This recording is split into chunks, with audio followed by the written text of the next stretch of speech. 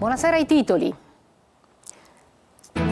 Sicurezza a Catania, i cittadini non si sentono protetti. Dopo le sparatorie e l'omicidio, il 12 settembre arriverà in città la Commissione Antimafia Nazionale. A Messina la preoccupazione dei residenti e commercianti di Piazza del Popolo per gli ultimi episodi di violenza. Nel pomeriggio un altro arresto per l'ennesima rissa della nottata. È arrivata a Palermo dove sarà curata all'Ismet la piccola afghana di 2 anni Ayeda che non poteva essere salvata nel suo paese. È partita una gara di solidarietà per assistere la bambina.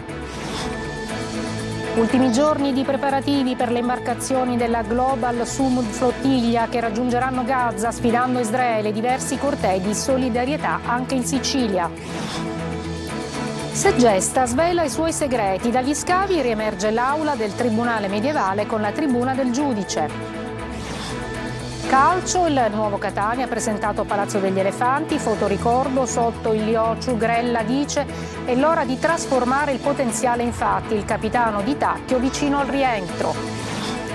Il Palermo ha un nuovo portiere, definito l'ingaggio a Michele Avella, affiancherà Ioronen in attesa del recupero degli infortunati.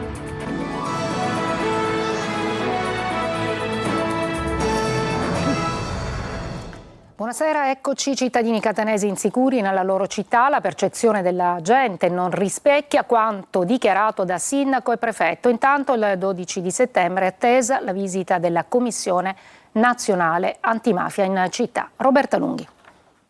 Il 12 settembre la Commissione parlamentare antimafia sarà a Catania, con il plauso di molte forze politiche che colgono in questo un segnale di attenzione per la città etnea da parte del governo.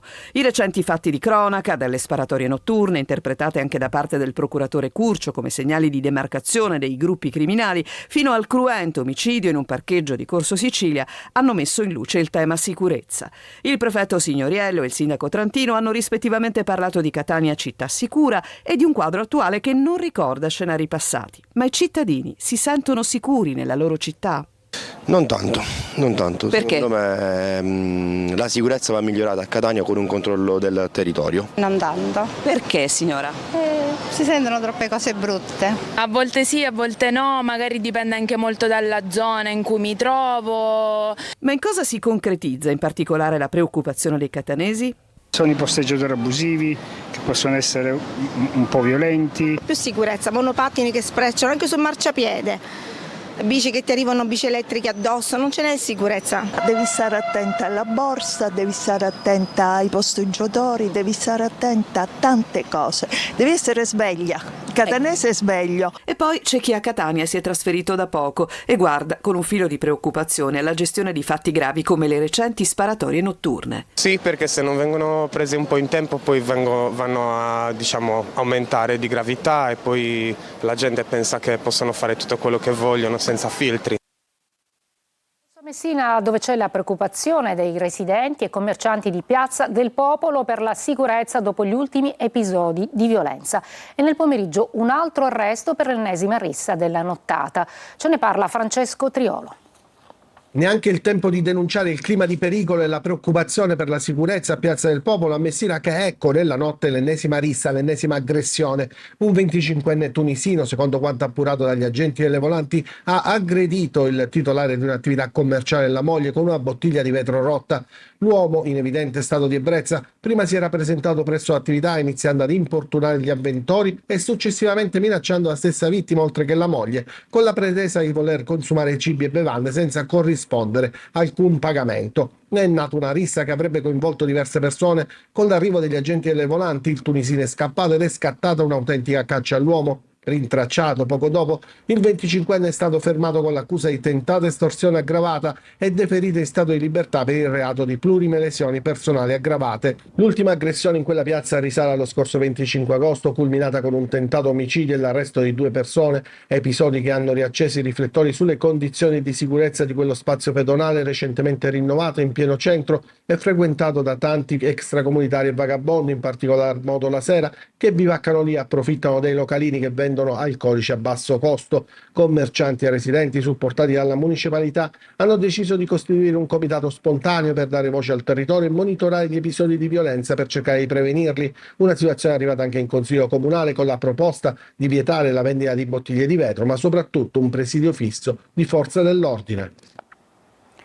È arrivata a Palermo, dove sarà curata all'Ismet la piccola afghana di 2 anni, Ayeda, che non poteva essere salvata nel suo paese. È partita una gara di solidarietà per assistere la bambina. Maglio Viola. È arrivata a Palermo con un volo diretto dall'Iran, dove era rifugiata insieme alla famiglia di profughi Ayeda, una piccola afghana di appena 2 anni affetta da una grave malformazione del fegato. Accolta dai volontari con un grande orsacchiotto bianco, la bambina è sempre rimasta in braccio alla madre. Commovente l'abbraccio della donna con i volontari palermitani. Affetta da PFCI, ovvero la colestasi intraepatica familiare progressiva, una malattia tanto rara quanto difficile da curare, la bambina è stata al centro di una gara di solidarietà nata con una raccolta di firme che in Italia in pieno agosto ha superato le 12.000.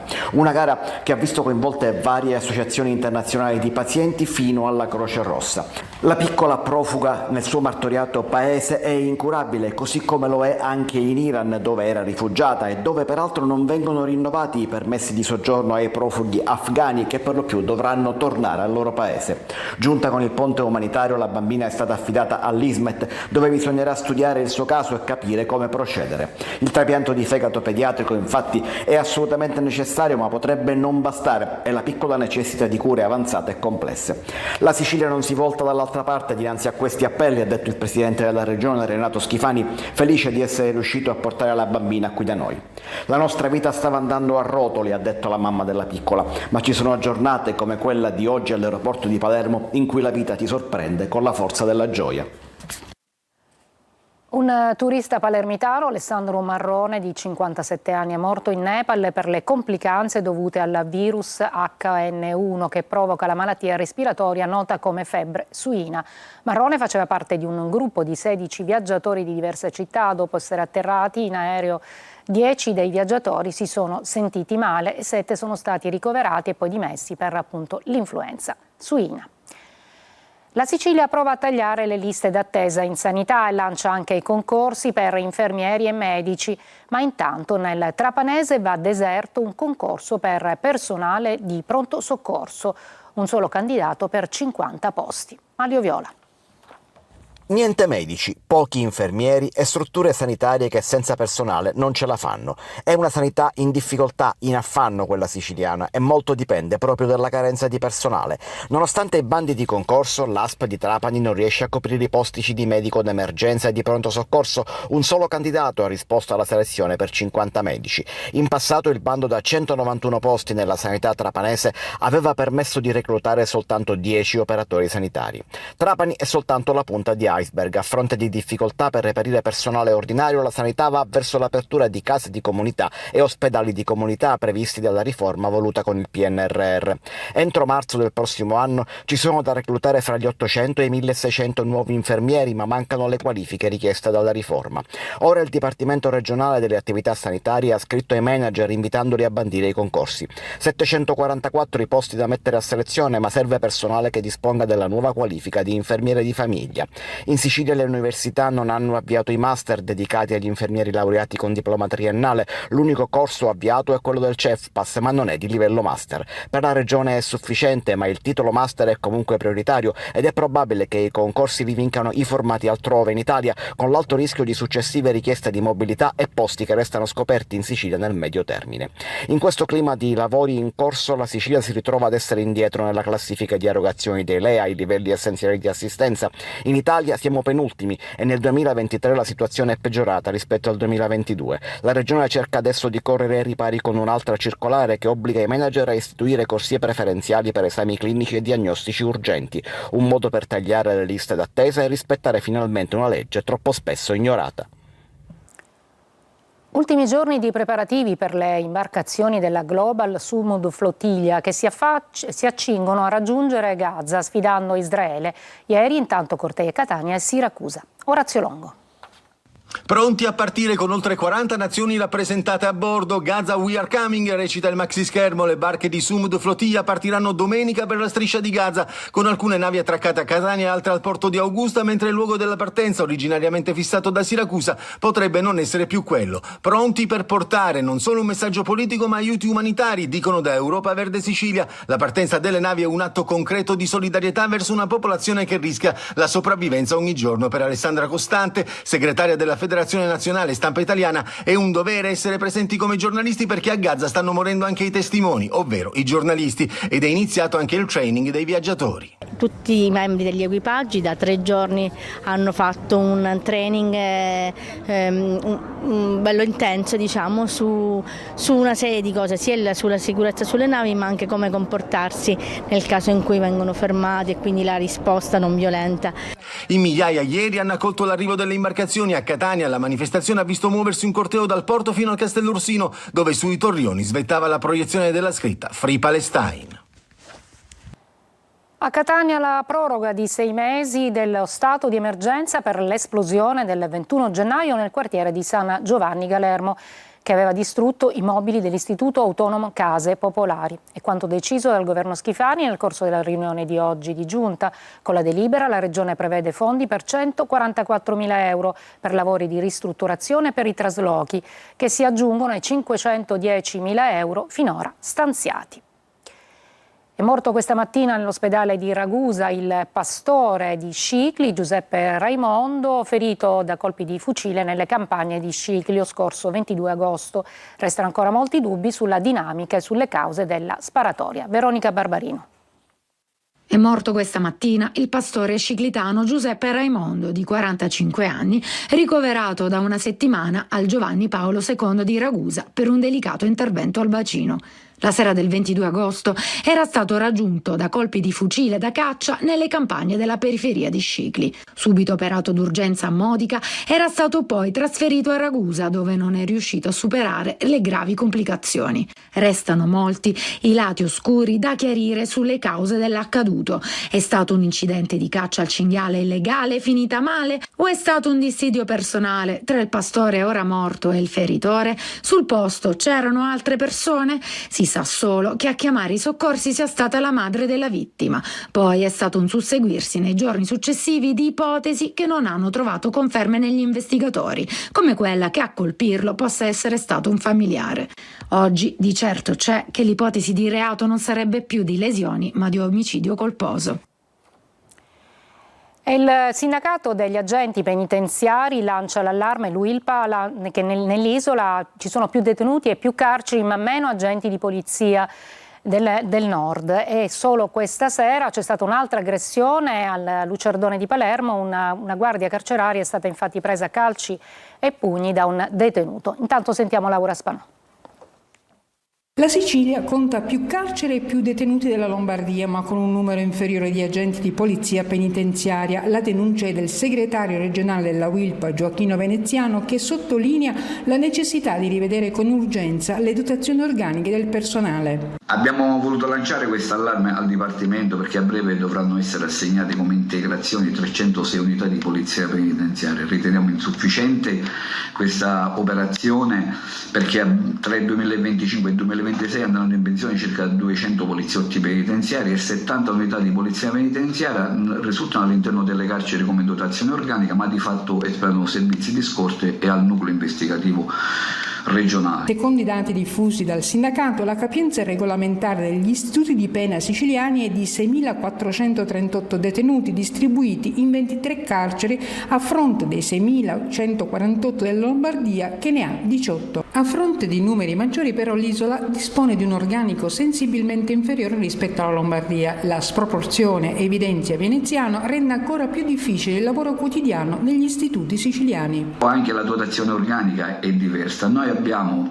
meno 64 ispettori, meno 193 sovrintendenti e meno 26 agenti, cioè significa che abbiamo più detenuti e meno personale, o più carceri significa più posti di servizio.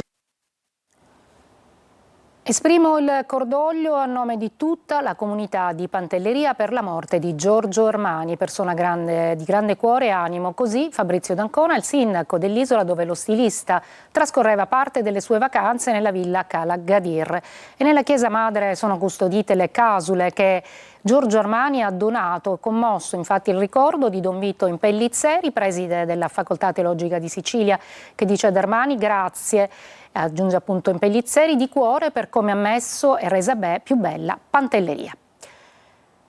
Adesso ci fermiamo, una breve pausa e poi Segesta che continua a svelare i propri segreti.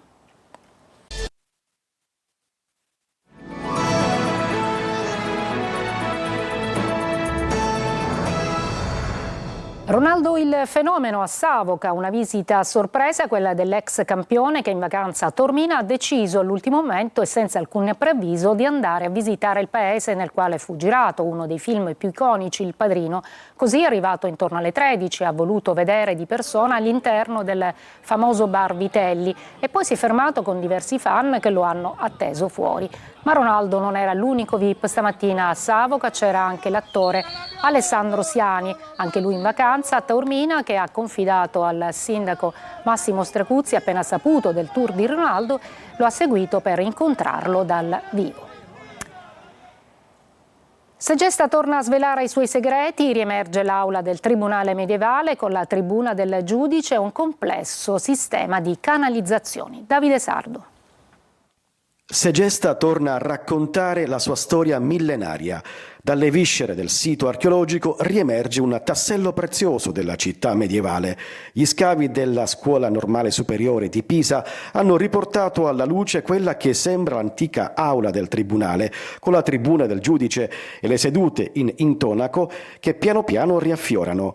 E tutto seguendo un filo conduttore affascinante, quello dell'acqua con canalette, grondaie, vasche e perfino un sistema di canali sotterranei che conducevano fino al gymnasium. Questo è l'inizio di un lavoro che spero possa svelare ancora di più, ancora meglio, la grande porzione pubblica della città di Segesta che ha vissuto con splendori incredibili queste architetture.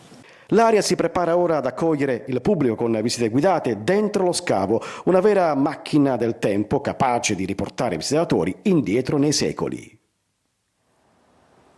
E adesso ci fermiamo, una breve pausa, poi la pagina dello sport, ampia pagina dedicata al calcio delle siciliane.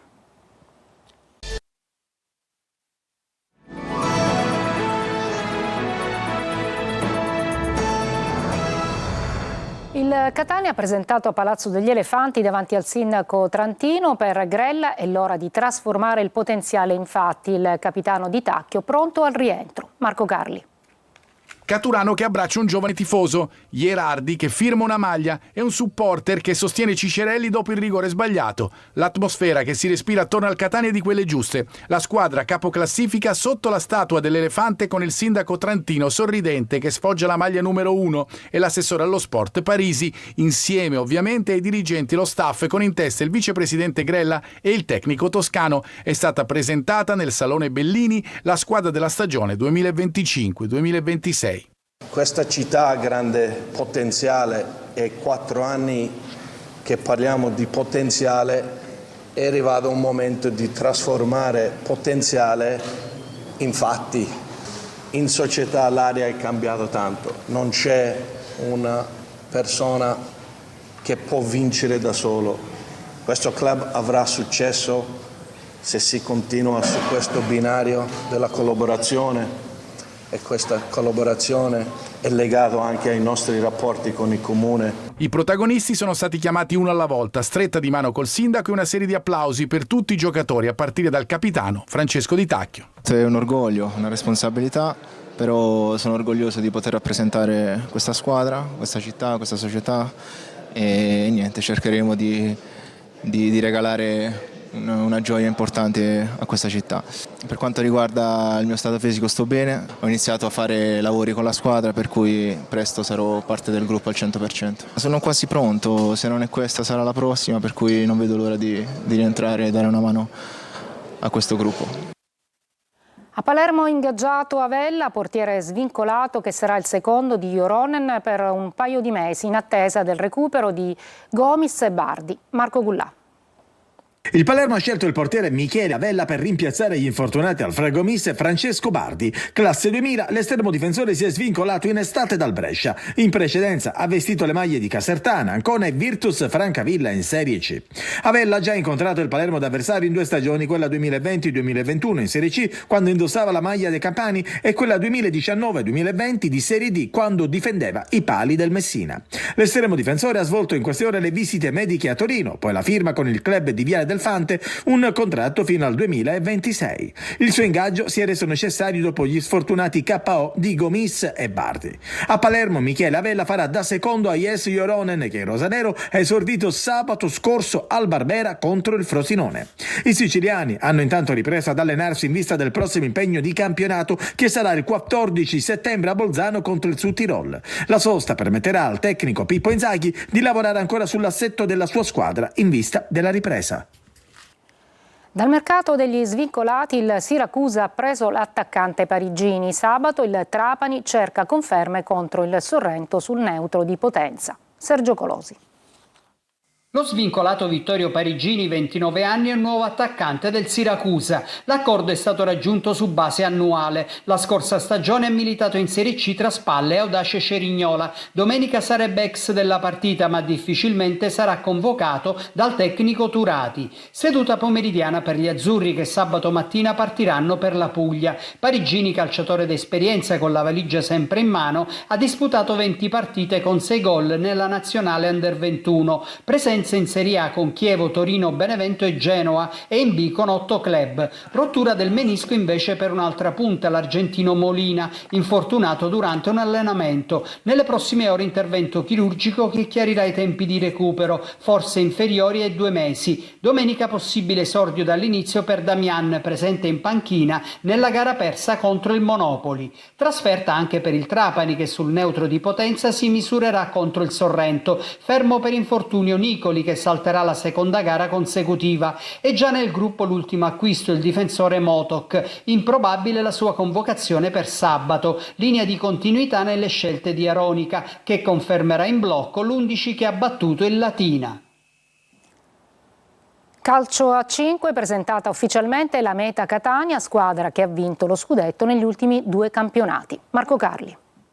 L'avvio ufficiale della nuova stagione, quella in cui la Meta Catania riparte nuovamente con lo scudetto sul petto. Vanto per lo sport catanese e siciliano, la squadra di futsal è stata presentata in un noto lido catanese nell'evento intitolato Meta Day. Dopo aver conquistato il primo scudetto nella stagione 23-24, la Meta Catania ha confermato la propria supremazia, vincendo il secondo titolo di campione d'Italia l'anno scorso. Durante la serata è stato presentato ufficialmente il nuovo roster insieme ai dirigenti, allo staff tecnico e allo staff medico, di fronte a un caloroso pubblico che ha fatto intendere come la Meta, lo dimostrano le partite della stagione scorsa, nei momenti culminanti sia una realtà entrata nel cuore degli sportivi catanesi, non solo per i successi raggiunti, ma anche per la strada percorsa in questi anni. Presente alla serata le istituzioni politiche e sportive, il sindaco di Catania Enrico Trantino, l'assessore allo sport Sergio Parisi e il presidente del CONI Sicilia Enzo Falzone. Al presidente del club Enrico Musumeci il giusto onore di dare l'avvio alla stagione. Il sogno è quello di continuare a essere importanti e crescere ancora di più per il pubblico catanese, quindi mi auguro di avere un Pala Catania sempre pieno, e poi sotto l'aspetto dei risultati sportivi è chiaro che dopo 2 scudetti consecutivi tenderemo a denti stretti di tenerci, di rimanere campioni d'Italia e di fare qualche passo in avanti in Champions League. È tutto per questa edizione, grazie per l'ascolto e buona serata.